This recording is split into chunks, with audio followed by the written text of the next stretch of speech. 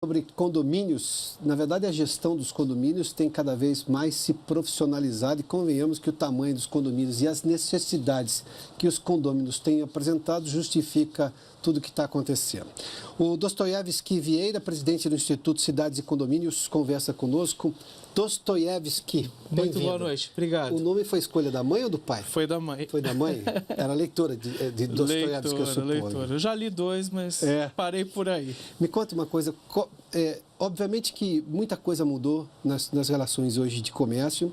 O que era um condomínio antes, num prédio, era normalmente tinha lá um morador que se habilitava à situação, tinha lá algum benefício, não pagava o condomínio, ele próprio a taxa de condomínio, mas nunca foi exatamente algo que agradava a todo mundo. Essa profissionalização da gestão de um condomínio, claro que eu tenho lugares em que são 5, 6, 7 prédios, são gigantescos, uma quadra inteira é um condomínio só. Exato. Isso exige um trabalho maior, uma dedicação integral. Mas isso é uma tendência irreversível hoje, na sua opinião?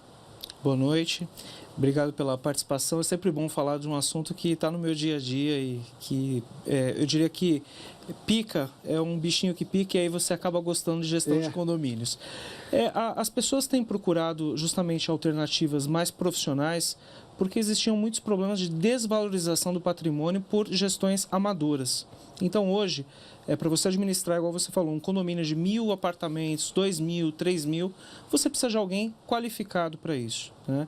E os condomínios têm buscado essa saída ou através de síndicos profissionais ou mesmo nos moradores se qualificando e se preparando, dedicando-se meio que em tempo integral à gestão desses condomínios. Isso é uma tendência realmente. Então são duas formas, ou se contrata alguém de fora que só faz isso, ou alguém que já é do condomínio se qualifica melhor.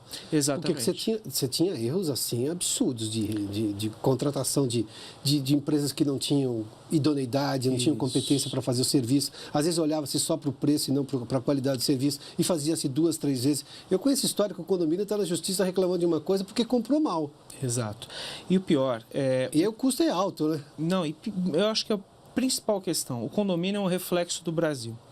Então as pessoas hoje estão querendo o que no condomínio? Transparência, eficiência, e mais que eficiência, eficácia nos gastos, uma taxa de condomínio que não desvalorize o imóvel.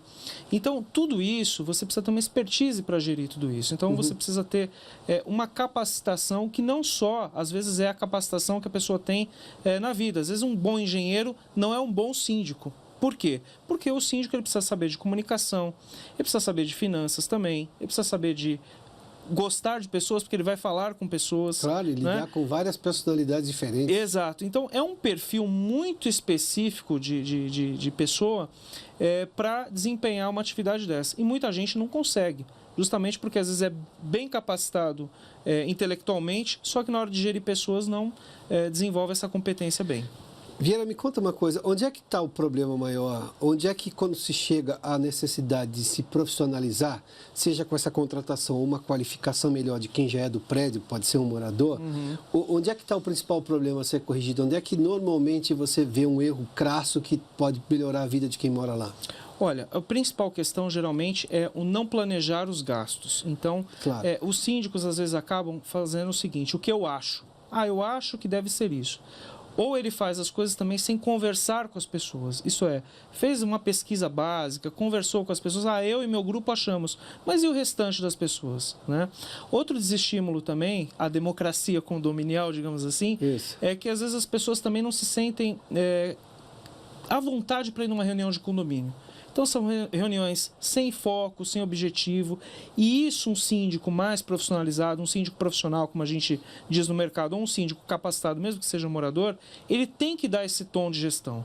Porque as pessoas acabam, como você disse, pagando um prejuízo, às vezes, absurdo nos condomínios, processos trabalhistas, fraudes, isso é uma coisa muito séria, tem muita fraude, muita coisa errada ainda acontece nos condomínios, qualquer semelhança com o Brasil não é mera coincidência, né? Gestores incapacitados ou gestores de má fé, má índole, e isso reflete no bolso das pessoas, quer dizer, você tem uma taxa de condomínio alta, você tem gastos desnecessários e pouca eficiência nessa gestão desses recursos. E normalmente a saída é qualificar alguém ou contratar um gestor para o condomínio? O que é melhor? Ou depende muito da situação? Depende muito. Cada condomínio tem uma particularidade, até uma cultura, digamos assim. Então, tem condomínios que o síndico profissional que não mora lá vai muito bem, obrigado. Tem condomínios que eles têm a necessidade, aquela massa condominial tem a necessidade de ter uma pessoa que more lá, que seja uma pessoa que tenha raízes lá no condomínio. Uma afinidade. Uma afinidade com as pessoas, que é um condomínio mais político e tudo mais. Só que as pessoas precisam entender que às vezes nem sempre a presença é sinal de eficiência. Né? Então, às vezes, a pessoa pode não morar e ser um bom síndico, né? Naquele universo. Tudo que precisa ser claro também é como e qual o objetivo dessa contratação. Porque às vezes as pessoas acham que contratando um síndico profissional também é um super-homem que vai lá e vai resolver tudo. Né? Ele em 6 meses vai dar um passe de mágica no condomínio e vai resolver tudo. E não é bem assim. Se não for feito com um planejamento, dinheiro também às vezes é escasso, então tem que planejar no curto, médio e longo prazo o que fazer. Né? E isso, os moradores às vezes demoram para sentir esse resultado. E nesse resultado, eles vão obviamente ter uma taxa mais baixa, ter um imóvel valorizado. As manutenções, Piotr, são coisas que são deixadas de lado muito pelos síndicos. E aí quando vai ver, em vez de fazer uma manutenção preventiva, a corretiva é muito mais caro.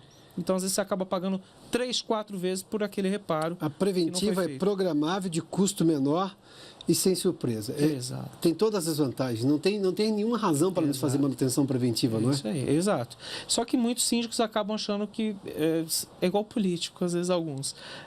Acabam achando que isso não dá visibilidade. Por exemplo, válvulas redutoras de pressão. Ninguém sabe o que é isso. Um síndico profissional ele tem que agir, ou mais profissionalizado, em cima desses pontos.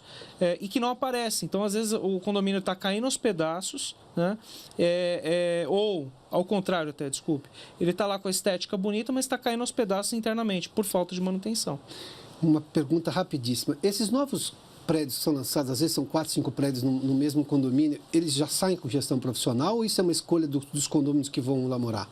É uma escolha das pessoas que vão lá morar. Continua sendo assim? Isso. O que tem se convencionado no mercado é que a construtora, a incorporadora, indica na instalação do condomínio a equipe de gestão desse condomínio. E geralmente é um síndico profissional.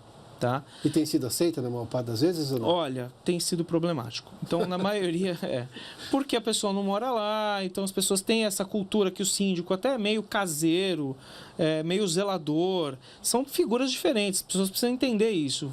Zelador é uma coisa, síndico é outra. Claro. O síndico é o CEO do condomínio, ele é entre aspas, o prefeito. Então, ele tem que pensar no todo, no macro, né? Dostoiévski Vieira, obrigado pela gentileza. Obrigado, Mas eu acho que é o custo do serviço que elas não querem pagar. Obrigado, viu? O Cenário Econômico termina aqui. Muito obrigado pela sua companhia, pela audiência. Boa tarde a você. Aliás, boa noite, né? A gente volta amanhã, às 7 da noite. Até lá.